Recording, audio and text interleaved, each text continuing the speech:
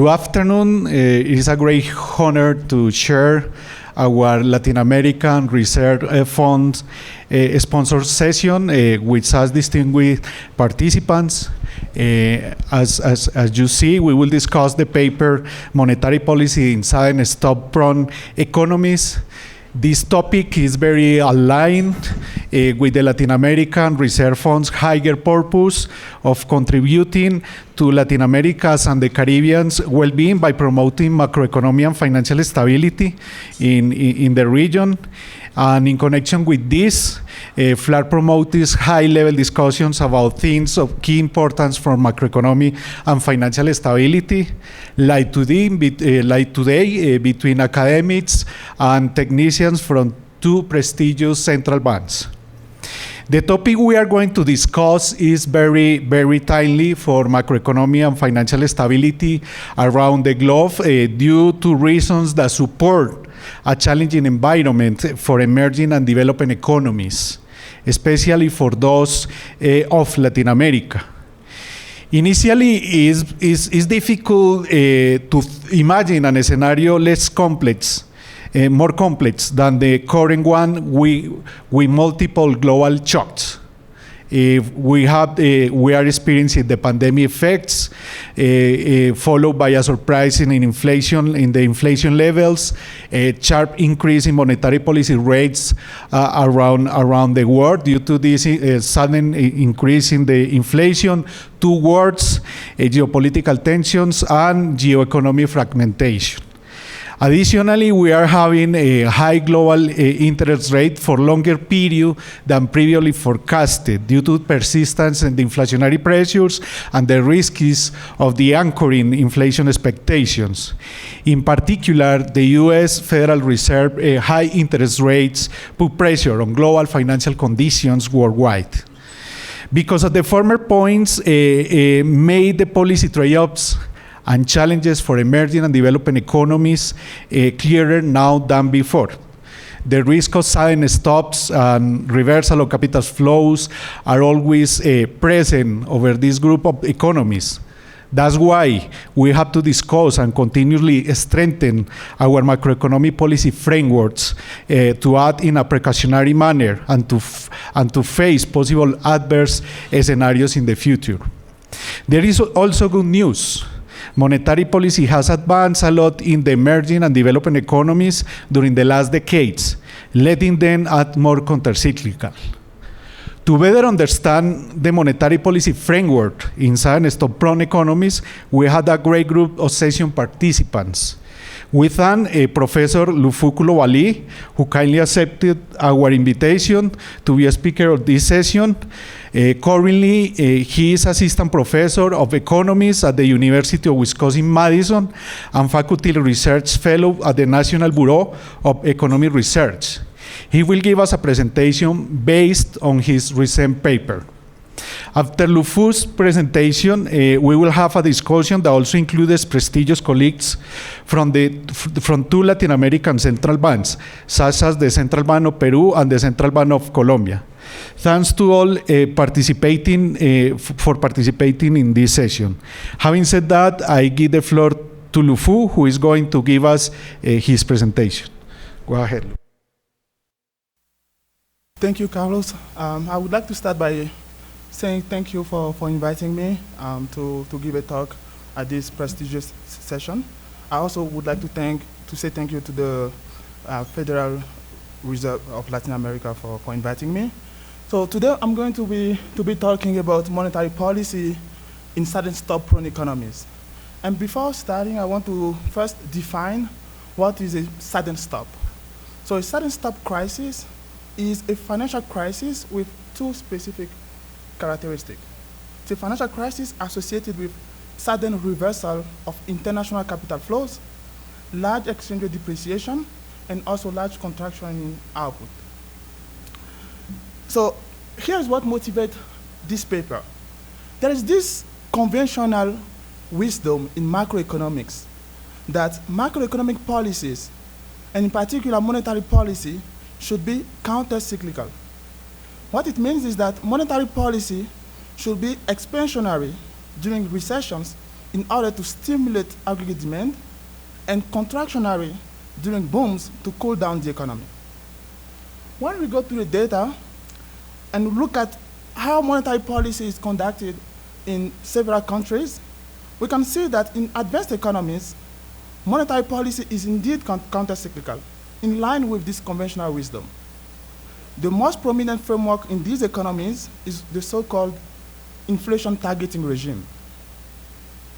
In emerging market economies, however, the cyclicality of monetary policy is not that counter-cyclical. This is something that has been documented by Kaminsky and others in the early 2000s. And in case some of you wonder if this fact still holds in the data, there is this recent working paper by Gita Gopinath and some co-authors in which they show that even though monetary policy has been less pro-cyclical in emerging economies after the wave of adoption of inflation targeting framework over the past 2 decades, depending on the policy rate, it may still be pro-cyclical. Depending on the policy rate, it may still be pro-cyclical. And on top of that, what we see is that even for those for which monetary policy is no longer pro-cyclical, it's still more pro-cyclical than in advanced economies. So these observations raise one particular question. Why is monetary policy more pro-cyclical in emerging economies? And is pro-cyclical monetary policy a symptom of bad policy making, as suggested by many international financial institutions? In this paper, what I'm going to argue is that that's not the case. Actually, I'm going to provide an environment in which I'm going to develop a theory in which pro-cyclical monetary policy is going to be an optimal outcome. In particular, I'm going to argue that pro-cyclical monetary policy is an optimal monetary policy in an environment in which central banks lack commitment and the economy is subject to the risk of sudden stop crisis. Then, using this framework that can explain the behavior of policymakers in emerging market economies, I'm going to conduct some quantitative counterfactuals. I'm going to compare this more pro-cyclical monetary policy to a strict inflation targeting regime. And I'm going to compare both in terms of welfare, frequency of financial crisis, and severity of financial crisis. Then, in this last part of the presentation, I'm going to allow the central bank in the emerging market economy to have access to capital controls. So, and in that case, I'm going to compare the discretionary monetary policy, which is more pro-cyclical, to a policy where central banks, at each point in time, can freely and optimally choose capital controls. So now let me try to give you a little bit more, give you a little bit more details about the model, and then we'll jump to the model. So how do I get this model to explain the pro-cyclicality of monetary policy? I consider here a small open economy model in which household can consume 2 goods: a tradable good that can be exchanged with the rest of the world, and a non-tradable good that is produced and consumed only in the domestic market. And then in this model, I'm going to add 2 key ingredients: the presence of borrowing constraints, that is linked to the real exchange rate, and the fact that the government or the central bank, I'm going to use both interchangeably during the presentation, lacks commitment. And using this parsimonious model, I'm going to show that the optimal policy in this environment is pro-cyclical. So what will happen is that during a financial crisis, during bad times, what the government wants to do is that it wants to raise the nominal rate, which is a contractionary policy during a recession. But by raising the nominal rate, the central bank will appreciate the nominal exchange rate and therefore the real exchange rate, and this will help support the value of the collateral of private agents in the small open economy. It will reduce the debt burden and allow them to have more access to international capital market. So you can think about that as private agent in Colombia willing to borrow in dollars. If I appreciate the exchange rate, I support the value of the collateral, I make the debt burden lower, and it allows them to have more access to debt. So that's the reason why the policy during a recession will be contractionary. Before the recession, because the small open emerging market economies tend to be more impatient, they will experience a lot of capital inflows denominated in foreign currency, in US dollar. This is going to lead to an appreciation of the exchange rate, and in turn is going to make it more likely that if a bad shock hits the economy will experience this reversal of capital flows. So what the central bank wants to do is to depreciate a little bit the exchange rate, and in order to do that, you need to conduct an expansionary policy during a good time, which is pro-cyclical. This will allow the economy to export a little bit more, improve the current account of the economy, and alleviate this impact of foreign capital inflows in dollars that is coming into the country.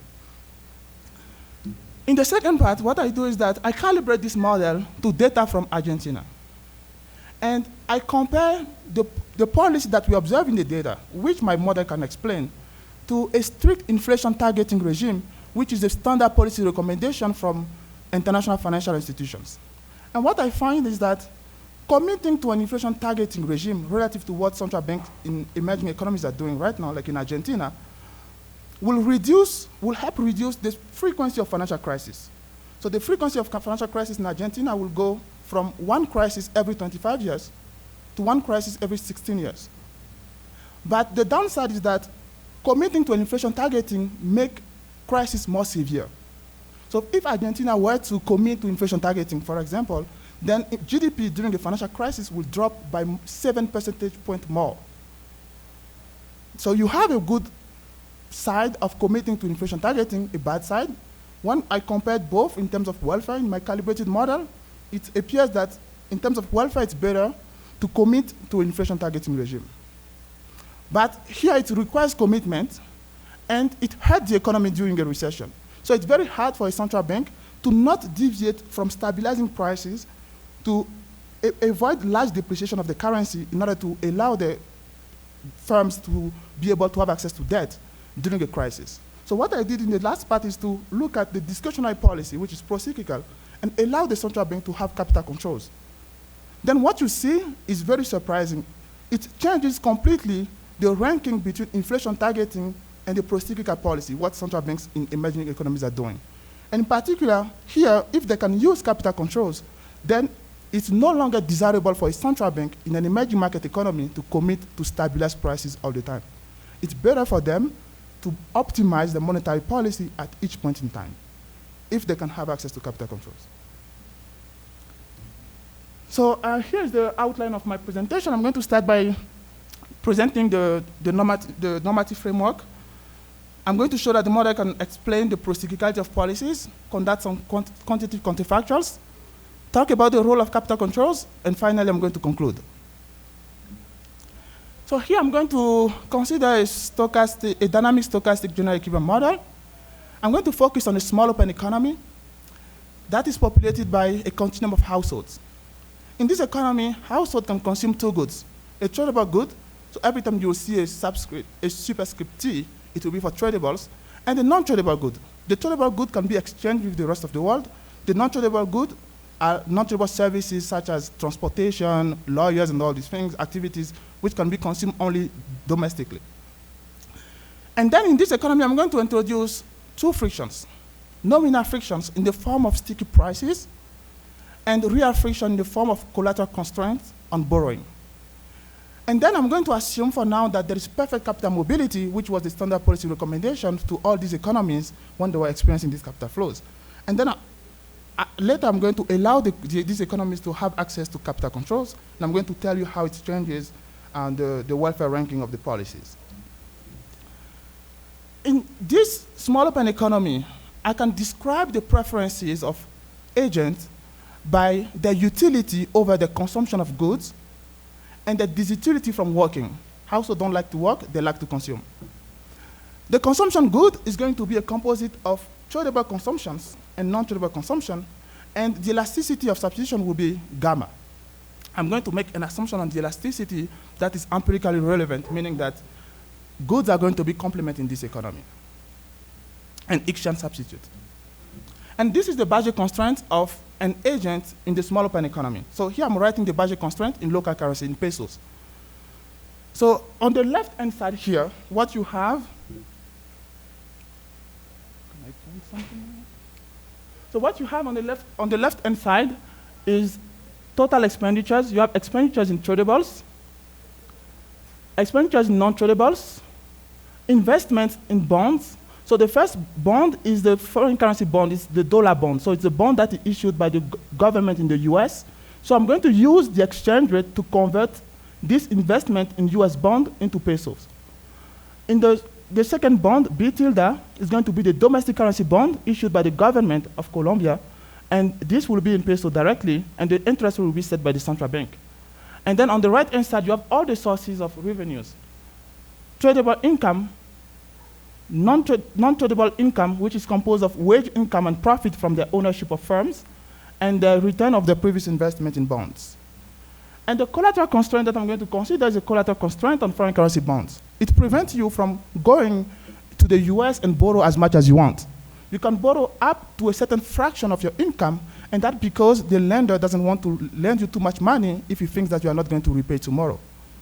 The key here in the constraint is the fact that you have the wage income, which is in pesos in the constraint, but they are borrowing in dollars. So it means that whenever the exchange rate is going to appreciate or depreciate, it's going to change the value of your collateral and how much you can borrow in the US. On the firm side, we are going to use the standard formulation in New Keynesian models, and the pricing, the optimal pricing decision of firms in this small open economy will be described by the Phillips curve, which relates current inflation to future inflation and output gap. If I'm a firm and I expect inflation to be high tomorrow, then I'm going to raise my prices today in order to reduce the cost of adjusting my price tomorrow. If I'm a firm and the central bank is conducting a policy that makes it harder for me to borrow, my marginal cost increases, then I want to increase my price, so I want to do that. So inflation will be high in that case too. So this Phillips curve here relates the current inflation to a measure of the output gap, which is the marginal cost here, and future inflation. And then for the central bank, I'm going to make this assumption. I'm going to assume that the central bank in this economy cannot commit over future policies. And I'm going to think about discretionary monetary policy as mark of perfect equilibrium. So what happens is that I'm a central banker. I think tomorrow I'm going to get fired, so I cannot promise anything tomorrow. But I'm going to play a game with the guy who is going to be appointed tomorrow and find a fixed point in the policy function. So I'm going to set my policies thinking that the guy who is going to replace me tomorrow is going to do the optimal thing given the condition in which he's going to be appointed. And then I'm going to solve for the fixed point. So the optimal policy problem now resembles something like this. I take as given what the future guy is going to do. I choose my policy today. I maximize the endurance utility function of all the agents in the economy. I want them to feel better, subject to a set of constraints. The resource constraints, which is the fact that all the goods produced in the domestic country has to be, all the non-tradable goods produced in the domestic country has to be consumed domestically, and the resource constraint in the tradable sector, which is given by the balance of payment identity equation. If I have a trade balance, a trade surplus, then I need to finance that with debt issues. A trade deficit, I need to finance that with debt issues.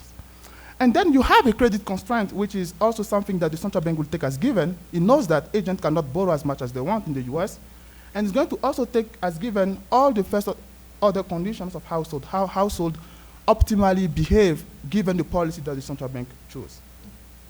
And then I'm going to define one object that is going to be key to understand why policy is going to be pro-cyclical, the labor wage. So assume that I'm a central bank and I want to set my policy so that the allocation in the economy is efficient. Then if I change my policy, it has to be the case that the change in production by firms, which is equal to the marginal product of labor, because here firms produce only with labor, has to be equal to the marginal cost in terms of utility from working by the household, which is the marginal rate of substitution between leisure and non-tradable consumption, because non-tradable is the only good that is produced. And then I'm going to define the labor wage as the wedge between the two. So if this wedge is positive, there is under provision of the good, the economy is in recession. Otherwise, there's over provision of the good. Now, what is the policy trade-off that the central bank is going to face? Assume that I'm a central bank. I'm in this economy where there is this risk of sudden stop. Basically, households may want to borrow, but they cannot borrow because the financial constraints are binding. And suppose that today the constraint is binding, and I want to follow this standard policy recommendation, strict inflation targeting, I want to stabilize prices. What will happen in this economy? Then, in this economy, what will happen is that a household, during a crisis period when it cannot borrow, will realize that if I go to work one more additional unit of hours, I'm going to get the real wage, which, because the central bank is replicating flexible price allocation, will be equal to 1, the productivity of the firm. But I also know that by working one additional unit of hours, it will provide me more income, it will relax my constraint and allow me to borrow more. But what I don't internalize is that if I start supplying a lot of hours, the real wage is going to fall, the real exchange rate is going to depreciate, and it's going to reduce the value of the collateral of the next guy who is not going to increase the supply of hours. So you have this aggregate demand externality that operates in this economy, and households tend to oversupply labor during crisis. So as a central bank, what do you want to do?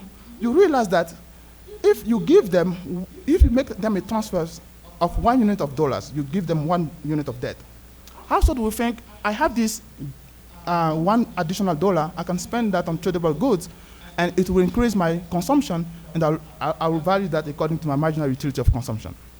But the government internalized that actually, if you borrow more and consume more of tradables, you are also going more of non-tradables. If you start buying more computers, you are also going to buy more stuff that are produced domestically. And this will help the allocation of the economy get closer to the efficient allocation or further away from the efficient allocation. But as an individual, I don't internalize that. I don't know that if I change my decision, it's going to affect the production of firms in the economy. And that's something that the central bank internalized, and it wants them to not supply too much hours. Then this will allow the exchange rate to not depreciate too much and allow the value of the collateral to be higher.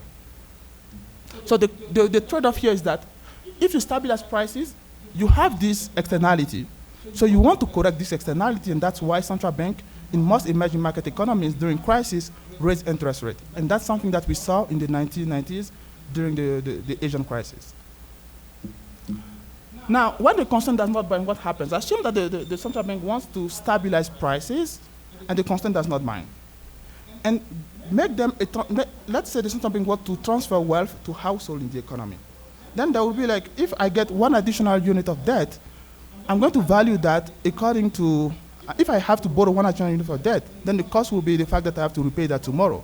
So I want to equalize both marginal benefit and marginal cost, and that's it. But the central bank knows that if tomorrow the constraint were to bind, meaning that tomorrow there is a financial crisis, then by reducing your amount of debt today, you are not only going to reduce the amount that you have to repay tomorrow, but you are also going to make the exchange rate depreciate less. This is going to support the value of the collateral, meaning that the income in dollars will be higher for all the households in this economy, and they can borrow more. But this is something that as an individual I don't internalize, but the central bank understands that. And that's why the central bank wants to restrict foreign currency debt when there is no crisis, because it thinks about what will happen tomorrow. When the central bank also lacks commitment, because it thinks tomorrow, if there's a crisis, the next central bank is going to do what is optimal for the central bank. And the crisis is going to allow households to have more access to international capital market by supporting the value of the collateral. Then today, as a household, I know tomorrow I will have more income, I want to borrow more. And that leads to more borrowing and more depreciation.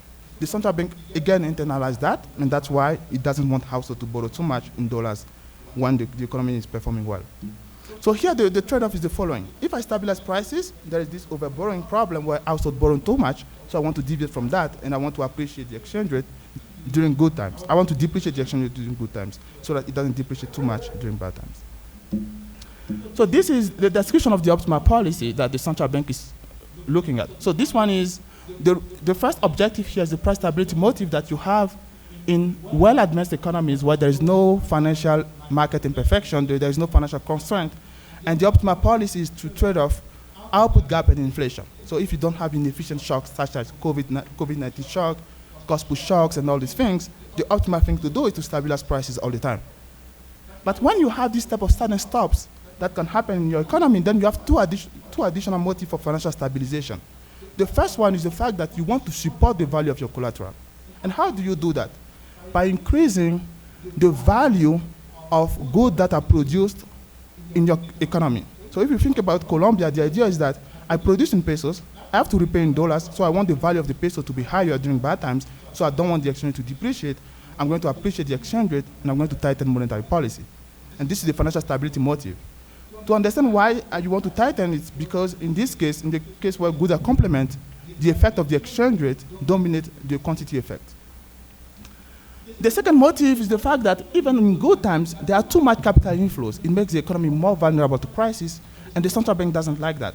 So what the central bank wants to do when goods are exchange substitute is to depreciate the exchange rate in order to improve the current account and allow the economy to not be vulnerable to crisis in the future.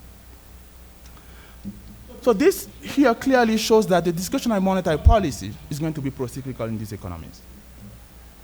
So now that we have this framework that can explain what central banks are doing in emerging economies, I'm going to use Argentina as my case study, and I'm going to calibrate the model to Argentina. And what I'm going to do is that I'm not going to match some moments in Argentina data. I'm going to match just 3 moments, and that's it. Average net foreign asset to GDP ratio, the frequency of crisis that I saw in the data, and the share of tradable output, how much they spend in tradable goods. And then what I'm going to show you is that this very parsimonious model can deliver the dynamic that we see in the data during financial crisis in Argentina. So what I'm doing here is that I build a 5 years window. So it's centered in the year of the crisis, 2 years before, 2 years after the crisis. And T is the period where there is a crisis. You can see that my model can tell you that GDP is going to drop during a crisis by 20%. And that's exactly what we saw in the data in Argentina. Consumption is going to drop by about 20% too. The real exchange is going to depreciate during a crisis, and the current account is going to reverse. On top of that, in the run-up to crisis, the dynamic is exactly the same. So this model is a good model to study emerging economies and the way they conduct monetary policy. And then I try to compare that now, the dynamic that I see in the model, which match the data, to what will happen if Argentina were to focus strictly on inflation targeting regime. Then the red line here describes the dynamic in inflation targeting regime, under inflation targeting. You can see that the monetary policy now is counter-cyclical. How do we see that? During a recession, the monetary policy is going to be expansionary because the labor wage is going to be negative. So you want to have over-provision of the good during a recession. What central banks are doing right now, they don't do that. They want to support the value of the collateral. What will be the implication for output and consumption? For output and consumption, you can see that output will drop more if central banks were to follow this strict inflation targeting regime. GDP will drop more. The real exchange rate will depreciate a lot. You have like more than 25% depreciation, which is something that we saw in 2018 under the former president of Argentina during the Black Friday, the Black Thursday. And then you also have this large current account reversal. So this is something that you will see if you were to commit to inflation targeting, and that's why central banks don't want to commit strictly to inflation targeting regime. And the benefit of inflation targeting regime is the fact that if you compare the crisis region, it's smaller. You have crisis when you have capital outflows, which is characterized by the fact that your level of debt is decreasing relative to what you had the year before. And you can see that under the black line, which is a pro-cyclical policy, you have more crisis. To summarize that, here's what I'm saying. Under discretion, Argentina experienced crisis 5% of the time. If they were to commit to inflation targeting, they will experience crisis 4% of the time. But the drop in GDP will be about 7% more, and the drop in consumption will be about 1% more. In terms of welfare, it seems like inflation targeting delivers welfare gains, but it's very costly during crisis. On top of that, it requires commitment, which may be very difficult to implement in these economies. So what I do next is that I'm going to allow this central bank to depart from this idea of having free capital market. I'm going to allow them now to use capital controls to manage the current account. And I'm going to compare what I see under discretion to what I see under commitment. So here I'm going to skip this slide, but this slide shows you that if you have capital controls, then you can control for credit operation of household. So whatever the firms want to do, how much household or firms want to borrow, you can control for that by taxing more or less the agents in the economy. So what happens is that ex ante, you don't have this overborrowing problem where they borrow too much because they don't internalize what will happen to the exchange rate in the future. But when the crisis occurs, you can deviate from that because you operate under discretion. As a result, the frequency of crisis is reduced, is divided by 4. So it means that instead of experiencing one crisis every 16 years under inflation targeting, which is the recommendation of financial institutions such as the IMF, under discretionary policy with capital controls, Argentina would experience one crisis every 100 years, according to my model. And the drop in GDP will be less important, the drop in consumption less important, and welfare will be much higher. So it means that if you are a central bank and you have to choose between trying your best to commit to an inflation targeting, which is not optimal during crisis, and having capital controls and optimize your monetary policy every day, you want to be able to optimize your monetary policy every day and deliver large welfare gains.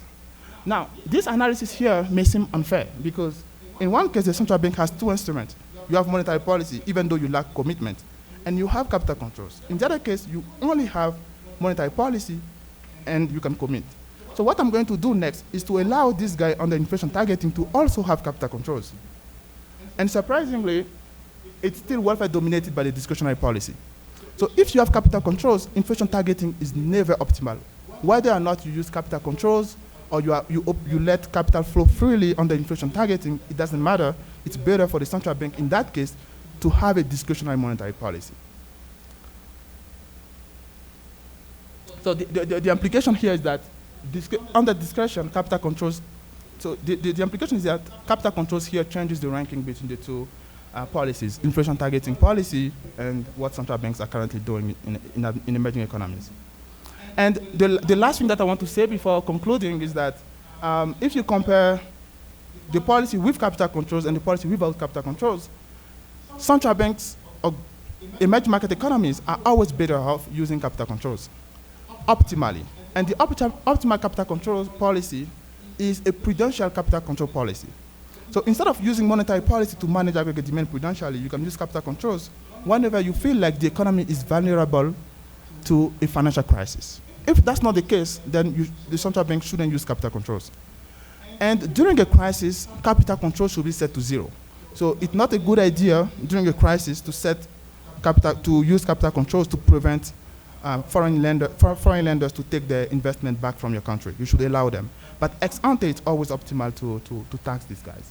And by doing that, it's going to improve the welfare. It's going to improve welfare under both policies, discretion and inflation targeting.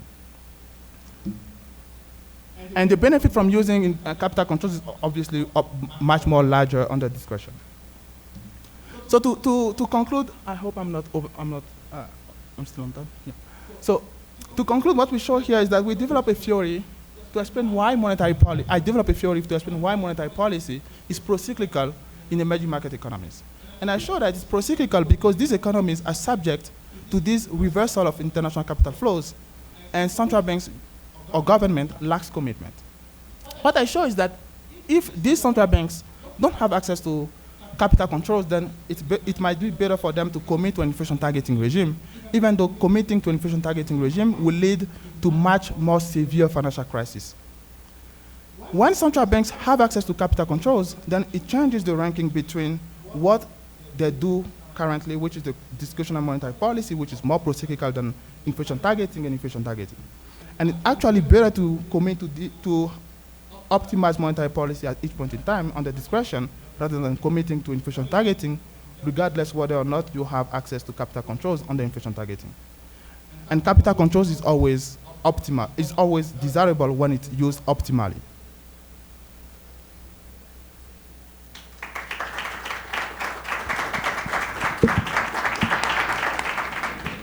Thank you, Louphou, for your interesting presentation. That is the base for our discussion. I highlight that your analytical framework provides a theoretical explanation to rationalize the main monetary policy constraints to act counter-cyclically during episodes of sudden stops. Additionally, you illustrate the possible role or the theoretical role of the capital controls in your model. Now we are going to see a very interesting discussion from the side of the central bank technicians and to have a contrast with some empirical evidence to have a very complete session. I will give the floor to Carlos Montoro, who is going to give us his comments on the Louphou's presentation and paper. Carlos is manager of the monetary policy at the Central Bank of Reserva de Reserva del Perú. He has been deputy manager of the monetary policy design, general director of fiscal and macroeconomic policy of the Peruvian finance minister, and director of macro fiscal studies of the Fiscal Council. He has also been chief economist at FLAR and BIS senior economist. Carlos, I invite you and the floor is yours.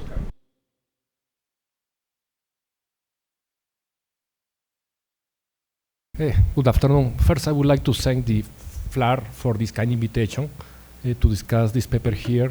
I learned a lot. It's very interesting, and it also reflects a lot, as you mentioned, the constraints that emerging market central banks have when doing monetary policy. First, I would like to also add that the opinions expressed here are mine, not necessarily reflect those of the Central Reserve Bank of Peru. First, a small summary of this paper is, this paper tries to answer this question: why has monetary policy been procyclical in emerging markets economies? And the answer is because of financial frictions create a trade-off for monetary policy. For example, during sudden stops, when there is a exchange rate depreciation that increases inflation and decreases output, central banks have to increase the policy rates to counteract the exchange rate depreciation, no? In such a way that is procyclical. He presents a model that is very stylized, that has the following elements. It's a small open economy with tradable and non-tradable goods. It has nominal rigidities in the non-tradable sector. It also has financial frictions in the form of collateral constraints on foreign financing, and the central bank lacks of commitment. In the case of discretionary monetary policy, he shows that the monetary policy is contractionary during sudden stops, in expansionary ahead of a crisis. For example, during a period of expansion, given capital inflows, we have a currency appreciation, and the central bank has to have to reduce the policy rate to reduce the appreciation of the currency, because that creates overborrowing. He also shows that there are some gains when monetary policy is used together with macroprudential regulation. My main comments are the following. Well, this is a very insightful paper. He adds value to the existing literature on monetary policy in emerging markets economy. The model effectively captures key transmission mechanisms in emerging market economies. But also it's important to notice that over the past 2 decades, this procyclicality has been reduced. Central banks have been able to reduce the procyclicality of monetary policy in emerging markets. This has been mainly because of improvements in monetary policy frameworks, like adopting inflation targeting regimes, and also the integration of macroprudential tools. The macroeconomic models employed for analyzing emerging markets economics also need to be distinct from those applied for advanced economies. I'm going to talk about these 2 last points.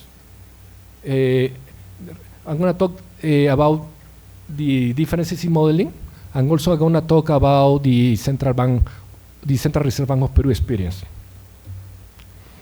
For example, I'm going to borrow this model from the BIS. They present this, which is, I like it very much. It's a semi-structural model for a small open economy in an emerging market. They presented it in the BIS annual economic report in 2019. I think I would recommend it to read it. It's a very simple model. You have 4 equations. In this case, I'm representing the exchange rate as the price of foreign currency in terms of domestic currency. Everything is in log linear deviations from the steady state. So E is the exchange rate. When E is positive, we have a depreciation of the currency. When E is negative, we have an appreciation of the currency. The first equation is the output gap. We have the aggregate demand. It depends on different factors. The last one is we have the trade channel. Is the regular trade channel. An exchange rate depreciation increases aggregate demand because it increases net exports. No? But also we have an additional channel. It's the financial channel. An exchange rate appreciation generates more flexible financing conditions for the economy and expands aggregate demand. It has the opposite sign than the trade channel. Is the one here. No? You can see that. And also we have the traditional impact of monetary policy, and increasing the policy rate, interest rate is contractionary. What is different in an emerging market economy is this financial channel that tends to be more important. Also, we have the second equation is the inflation. We have a Phillips curve. Inflation depends on aggregate demand, the output gap, but also depends on imported inflation and the exchange rate pass-through. For the exchange rate, we have a modified UIP. The exchange rate depends on the interest rate differential, and also we have here a term is a financial shock. For example, a capital inflow. In this case, when we have a capital inflow, that appreciates the currency. And also I have included the case of having FX intervention. For example, if the central bank intervenes in the FX market, for example, purchasing foreign currency in the spot market, that will depreciate the currency. These 3 first equations are static, to make things easier, more simple. And the last one creates some dynamics in the model. It's a law of motion for the financial channel. This coefficient phi is the financial strength. This is the strength of the financial channel. In this case, the strength of the financial channel in the future depends on 2 factors. One is the first one is just the persistency of the financial strength. Depends in the financial strength today affects the financial strength tomorrow. And the second term is an intertemporal channel. For example, an exchange rate appreciation generates overborrowing, and that also generates a stronger financial channel in the future. Here we have also macroprudential policy can affect these dynamics. For example, certain macroprudential instrument making the economy more resilient will reduce the persistence of these of the first factor. Louphou's model has these 2 key ingredients to understand an emerging market economy. We have this financial channel. For example, the currency appreciation generates a less binding budget constraint, and also this less binding budget constraint generates an increase of debt and increases the financial channel in the future.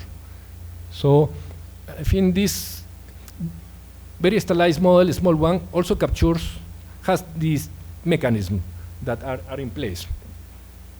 And also to show how this works, in the case of emerging market economies, when we have pass-through, the exchange rate generates a trade-off, always, because there's no divine coincidence. It's not possible for the central bank to stabilize at the same time inflation at output. For example, the first graph shows this trade-off. These circles are in different curves. It gives you the welfare loss. When you are closer to this zero, you have zero loss. The farther away you move, the loss is higher because you have more volatility in output gap on inflation.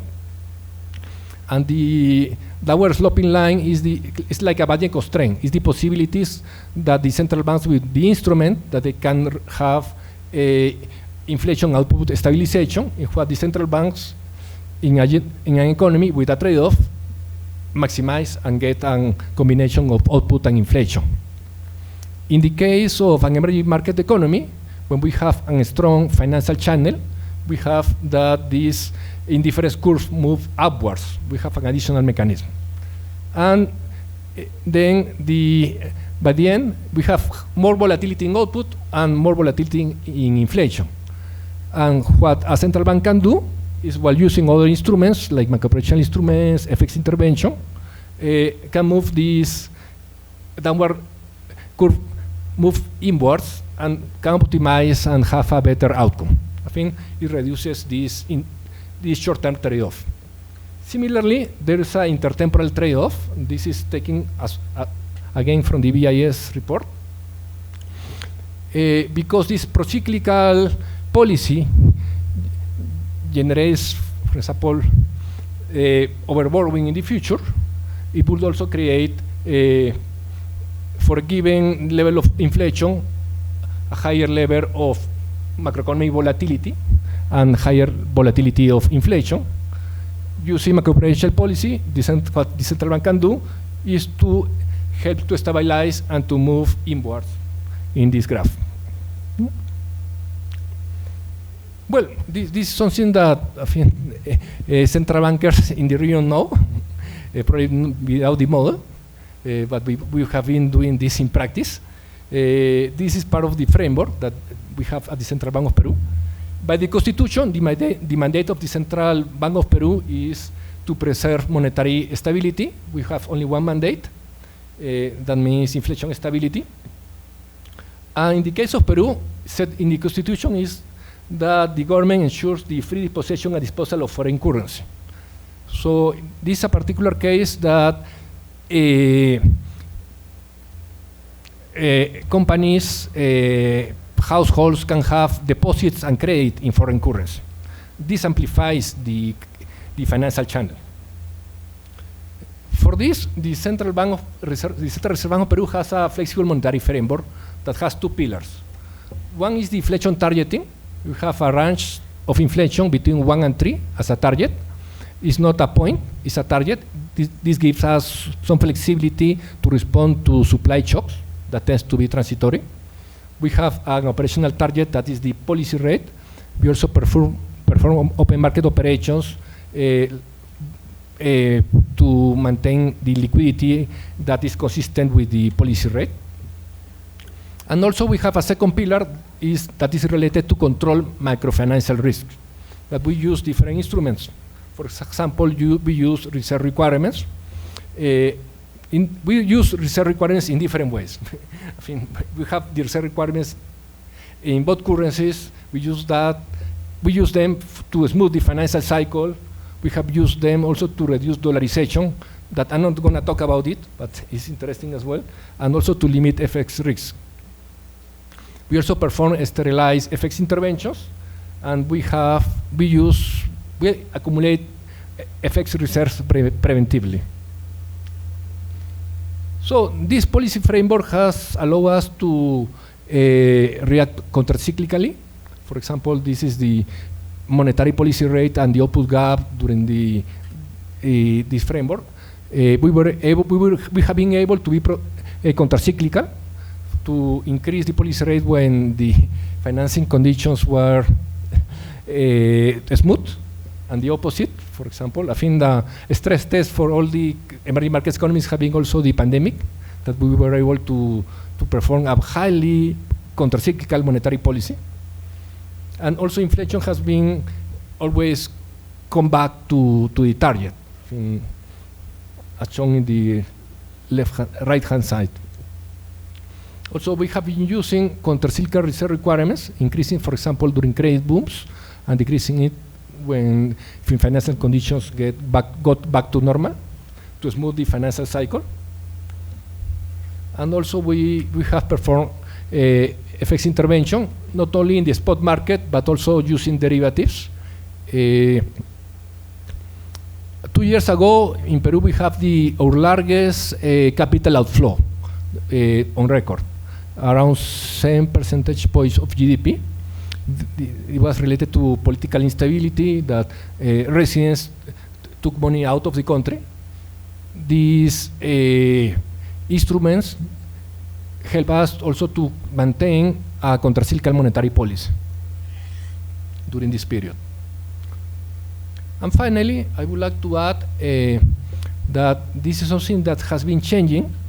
The view from the academia and the international organizations have been changing over time. Previous to the global financial crisis, it was a view that it was not possible to have an hybrid scheme. You can be either a fixed exchange rate or a flexible exchange rate, but nothing in between. It was a bipolar view. It was not possible for certain organizations to have something in between. But the new view, after the global financial crisis, some international organizations have recognized that the use of these other instruments can be useful. For example, the BIS in that report that I mentioned recognizes that FX intervention can help mitigate policy dilemmas associated with capital flows, and also has something that interesting, that they represent this graph. For example, in this case, emerging markets were acting before the theory. In this case, the practice was before the theory. Now, it's good to have theory that explains what central bankers were doing. And also the IMF. We have long discussion for many years with the IMF about what we were doing, but finally, there's a new view at the IMF, the new integrated monetary policy framework that takes into account these differences. For example, they recognize that FX can be effective in increasing monetary policy autonomy when FX markets are shallow and the national monetary transmission mechanism remains at least partially functional. Finally, I also would like to comment something that is not in presentation. I'm talking about macroprudential instruments and FX intervention. I'm not talking about capital controls. We don't do capital controls. It's also forbidden by the Constitution. But we can do something very similar at Louphou has in his model with these other instruments. What I think that capital controls have in practice, they can have also negative effects. On one hand, there are always a way to circumvent them, and also they could have a negative long-term effects. That's it. Thank you very much. Very interesting paper.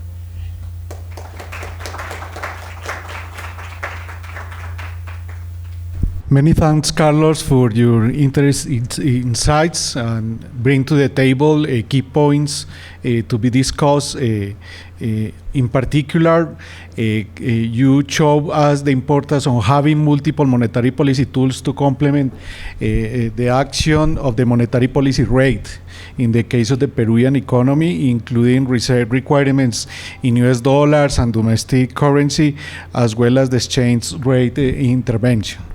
In connection with this, Central Bank of Peru has acted successfully to preserve price and financial stability.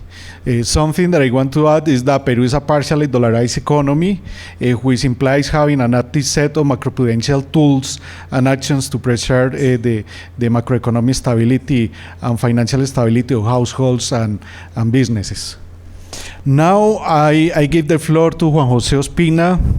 Juan José is Chief Officer for Monetary Policy and Economic Information at the Banco de la República of Colombia. He is also in charge of a labor market research team and the production of the most of the bank's official statistics. Prior to this role, he also worked as the head of the Fiscal Analysis Unit and as a researcher of the Macroeconomic Model Department. Juan José, the floor is yours, and thank you.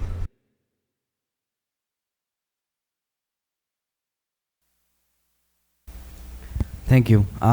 Thank you, Carlos and the FLAR for this invitation to discuss this great paper. Louphou, thank you for your work, and I'm glad you made it to Colombia. It is hard to comment on a paper that's already published, so congratulations. We won't get any comments to improve your paper at this point. I don't think you want them. But in any case, I think it's a great paper, and I think you should read it.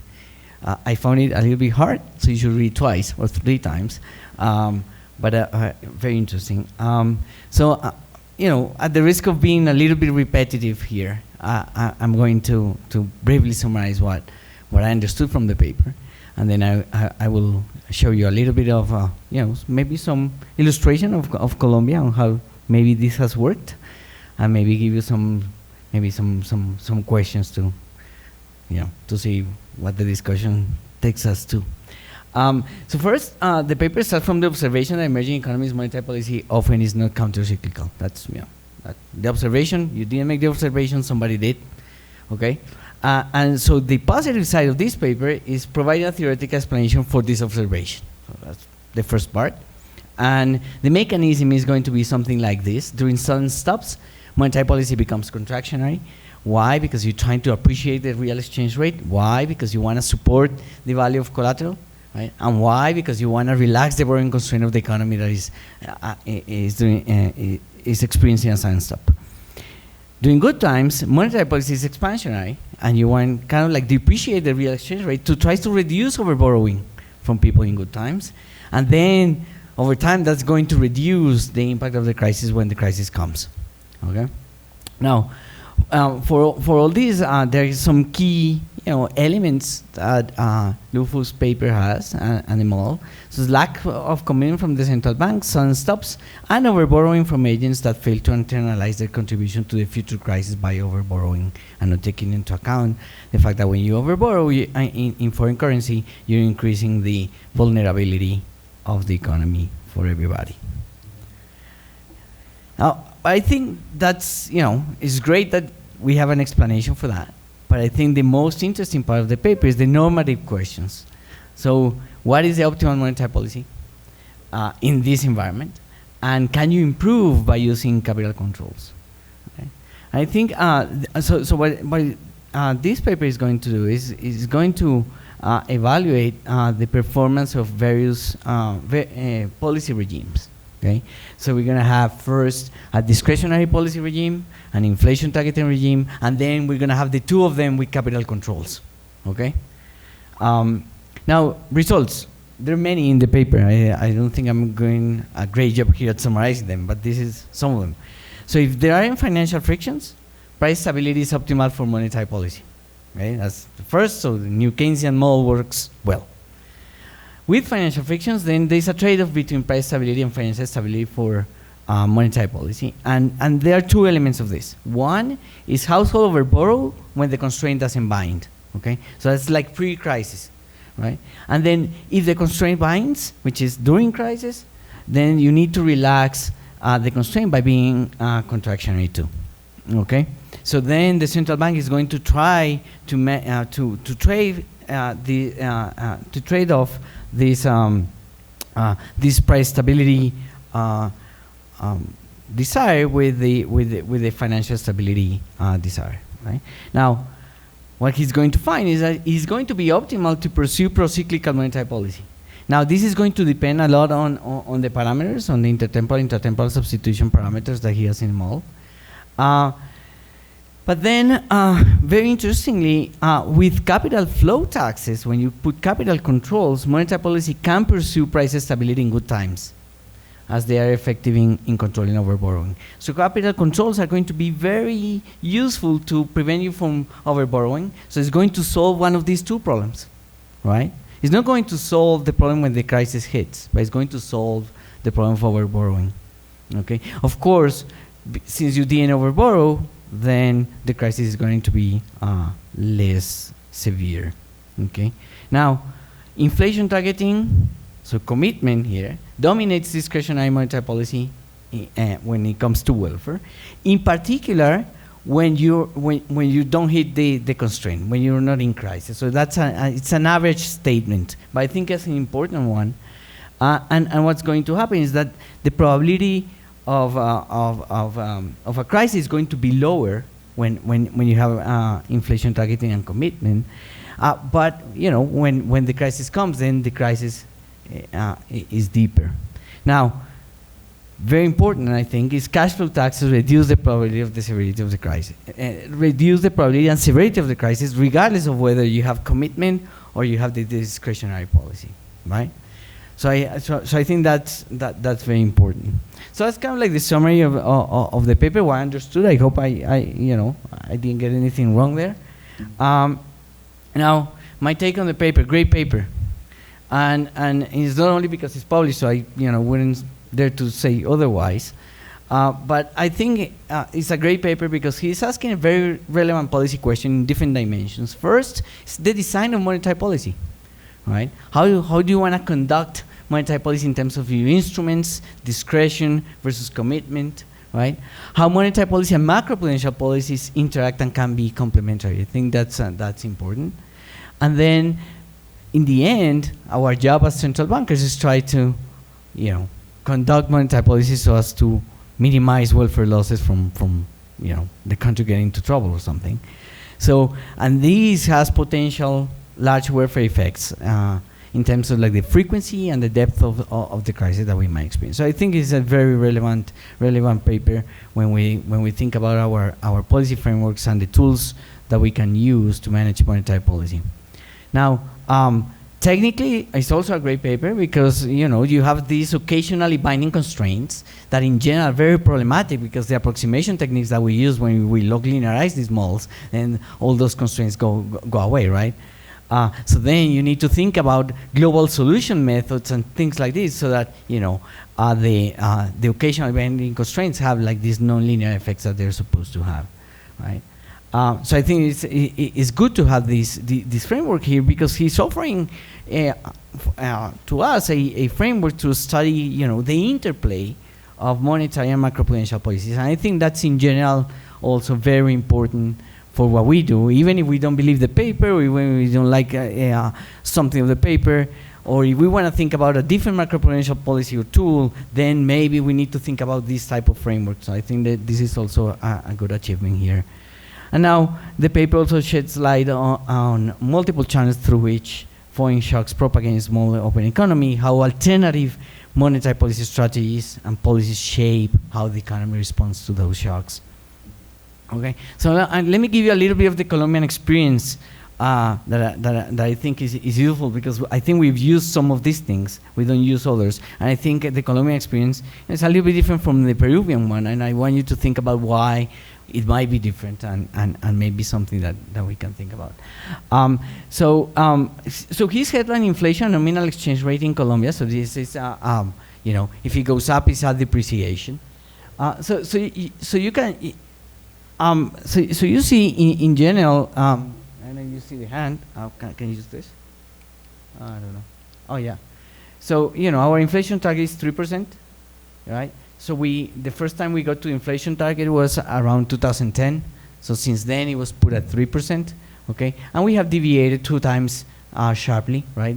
This is the surge of inflation, the recent surge, and this is when we have a Indian phenomenon here, and also the fall in oil prices back in 2014.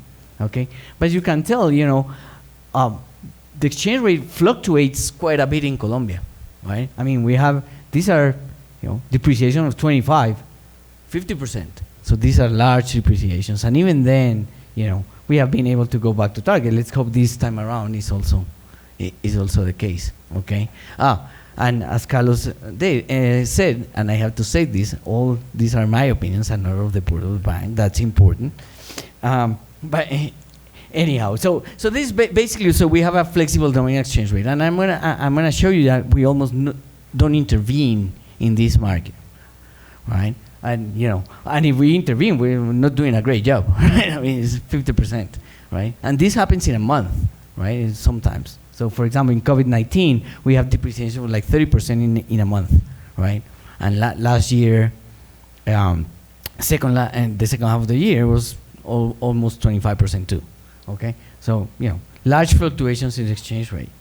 But even then, I mean, well, suppose this is going to do this. I want you to believe that this is going to go down, right? But on average, we've been almost there. Bad shocks, bad supply shocks. But what can we do? Okay, now. I think the exchange rate has been, the monetary policy has been in general counter-cyclical if you look at this. So here I have the monetary policy rate. So now it's running at 13.25%. Here I have the ex-ante policy rate, and here's the output gap. So maybe focus a little bit on this period here, right before the financial crisis, right? I mean, we were counter-cyclical, I would say.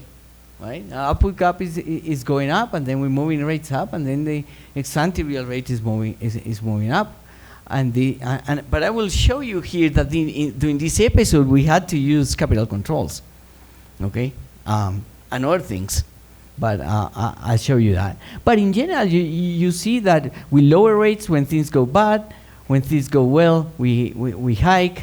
Here things were. This is the episode of the depreciations. Eventually, we had to hike. Eventually, right? And it wasn't that we were in a boom, right? But we did hike. Okay.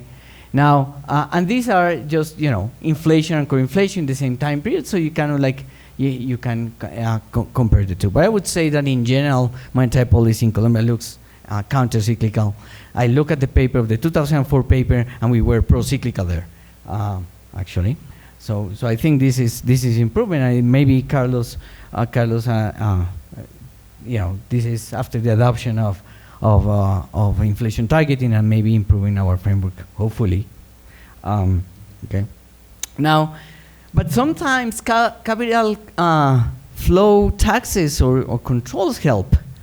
So I told you about this period right here, right here. So we are in a credit boom. Here, so I'm going to show you. So this is the annual growth rate of consumer loans in that time period, right? So we're in a boom here. We're hiking too, right? But that looks like not enough. So here we put capital flow taxes. So if you wanted to invest in Colombia, bring your money and buy TES or buy stocks or anything, you have to put some money in at the central bank, and it was, I think, 40% at some point. So if you wanted to invest $1 million, you had to put $400,000 at the central bank. Okay. Now, this is the run-up of the great financial crisis, right? And look what happened in the financial crisis. We depreciated. This is the nominal exchange rate again. We depreciated. Now, at that point, the boom was over. Okay, good. Maybe thanks to monetary policy, maybe thanks to the cash flow taxes.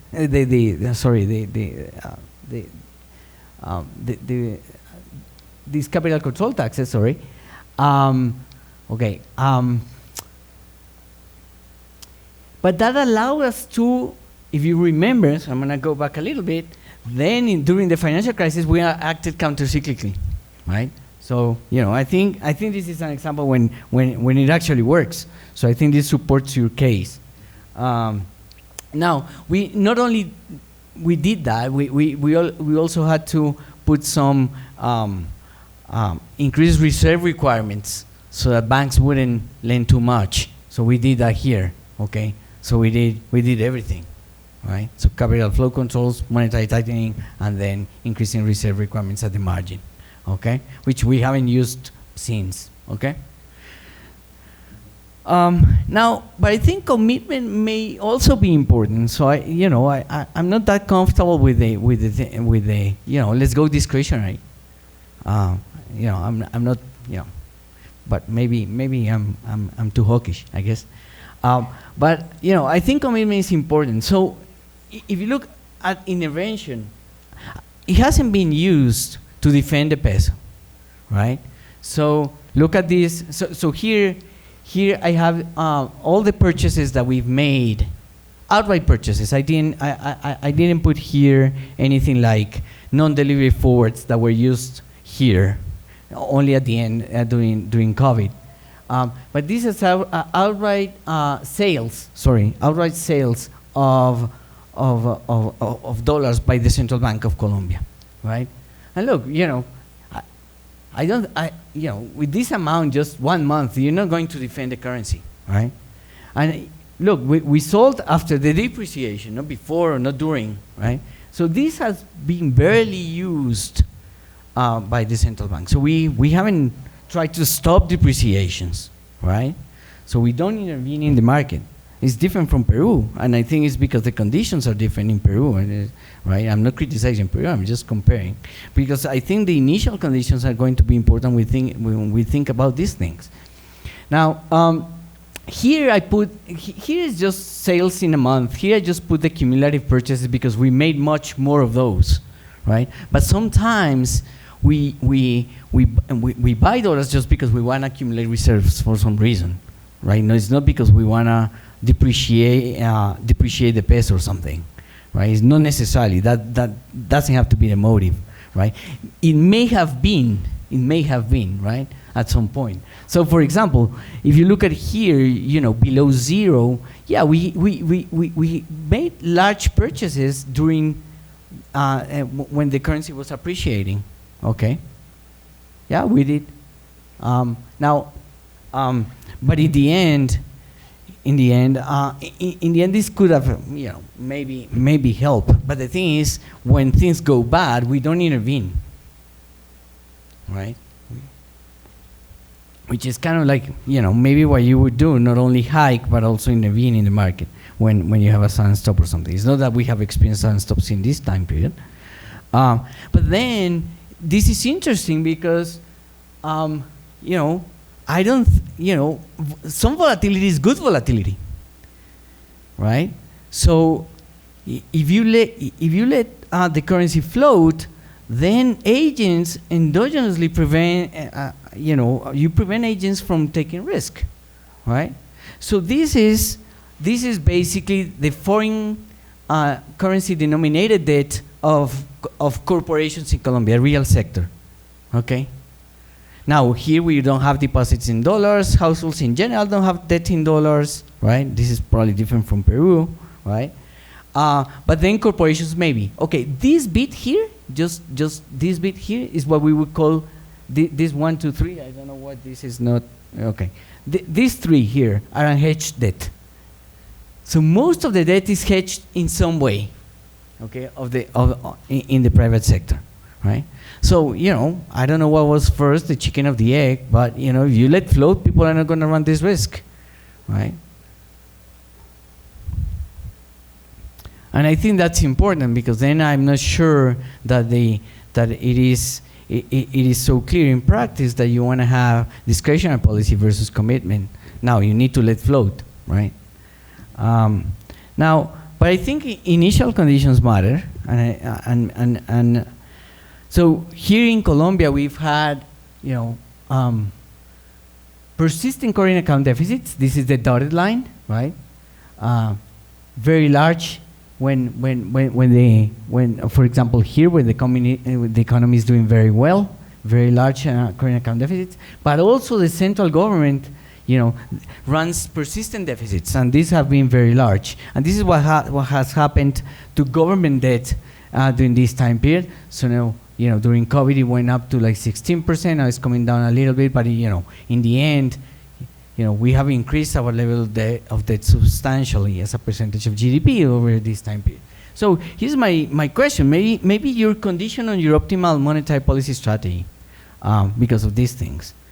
So, for example, maybe if the borrowing constraint was binding or gets to be binding, maybe we need to use procyclical monetary policy in order to guarantee refinancing in bad times, right? So, in particular, you need the government to be able to refinance its debt, okay? Now, this is especially true if the foreign currency denominated government debt is high, right? So imagine a sudden stop, you need to roll over your debt, you're the government, you have a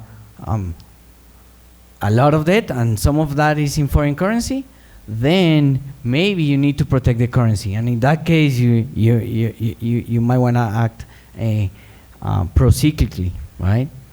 Now, I don't know, maybe in this case, cash flow, the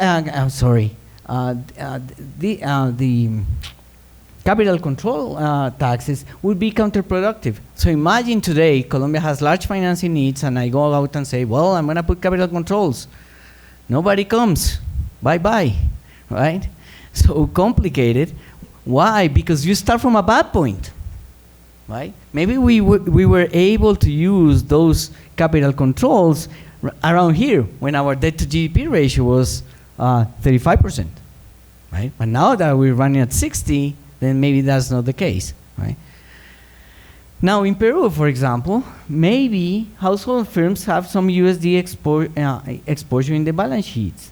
Maybe you condition your optimal monetary policy because of this. For example, you may need FX intervention, discretionary monetary policy, and it could become pro-cyclical if the constraint binds, okay? Because you have those exposures. But that's something that I don't think is, it wasn't at the beginning of times. It's just the initial conditions matter, right? And the initial condition of Peru is the real sector has some exposure. In Colombia, it isn't. But then we have the government that it has the exposure, right? So I think those things are important. So I have a couple of questions, and I think I will finish with this. So a question is, if you have discretionary monetary policy, there is one risk, I think. Pre-crisis, in tranquil times, then the central bank lowers the interest rate, but maybe for too long. If you're able to do that, then you inflate asset prices, and that creates risk-taking and all those things, right? Which we're going to blow up when interest rates have to go up, okay? This may also be, fostered by low rates in developed economies, which is not under control of the central bank. So you have very loose financial conditions after the financial crisis, right? And then agents start, building up all these, you prop up asset prices, and people start building up these risks, by buying apartments and all these things, or stocks. But then I'm not sure if capital control will work here. Maybe they might help, but I don't think in the explanation it's clear that this channel is in the mall, which is all the asset pricing bubble thing that you could create by being pro-cyclical when times are good. So I think this is I think this is important when we think about this discretionary policy and when it might be actually optimal, if it is optimal.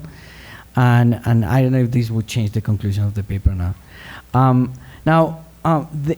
Also, the model seems to rely on the interest rate for exchange rate determination quite a bit, but the literature on capital flows shows that push factors more than pull factors are more important for capital flows. So if this is the case, I think this weakens the explanation for monetary policy being pro-cyclical in tranquil times. So basically you increase your rates and the capital comes here. What matters is probably the differential or something else, or it matters more what the United States do than what you actually do with your rates. But I guess this probably strengthens the case for the use of capital controls. Okay. Now, since you don't actually control the flows with your rates, it's just for some other reason, which might be out of your control. Now, I think an important thing is how about the government, which I tried to mention before. Governments may be less sensitive to local interest rates, and you may have borrowing from the government, which may respond less to the channels in the model, at least in tranquil times. So I don't know. Well, I guess it would be really hard, but I think it's probably part of your agenda. I think fiscal policy would change significantly this conclusion. I think the interplay between fiscal policy, monetary policy, and macroprudential policy will be really interesting. Actually, the paper that showed that monetary policy was pro-cyclical also showed that fiscal policy was pro-cyclical too.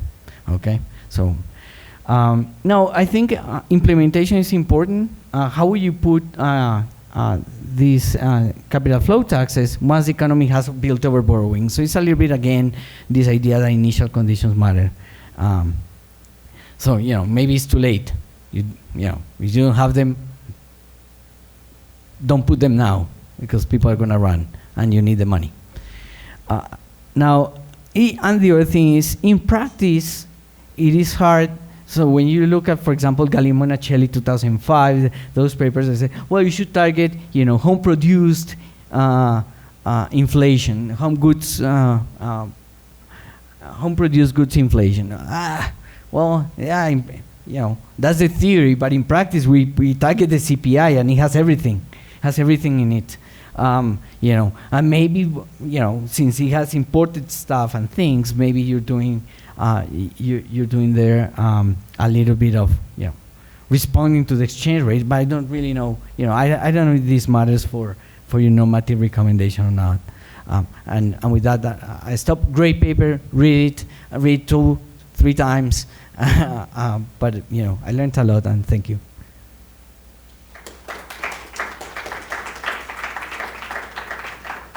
Many thanks, Juan Jose, for your comments. You show us the Colombian economy experience with the inflation targeting, flexibility of the exchange rate.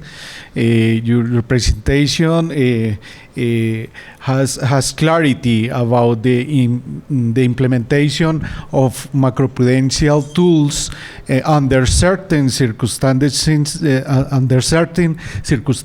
and depending on the economic diagnosis, as it was the case of the period of previous to the global financial crisis, with the use of the capital flow measures and the reserve requirements. But it is shown, according to the Colombian experience, as some kind of exception depending on the specific diagnosis.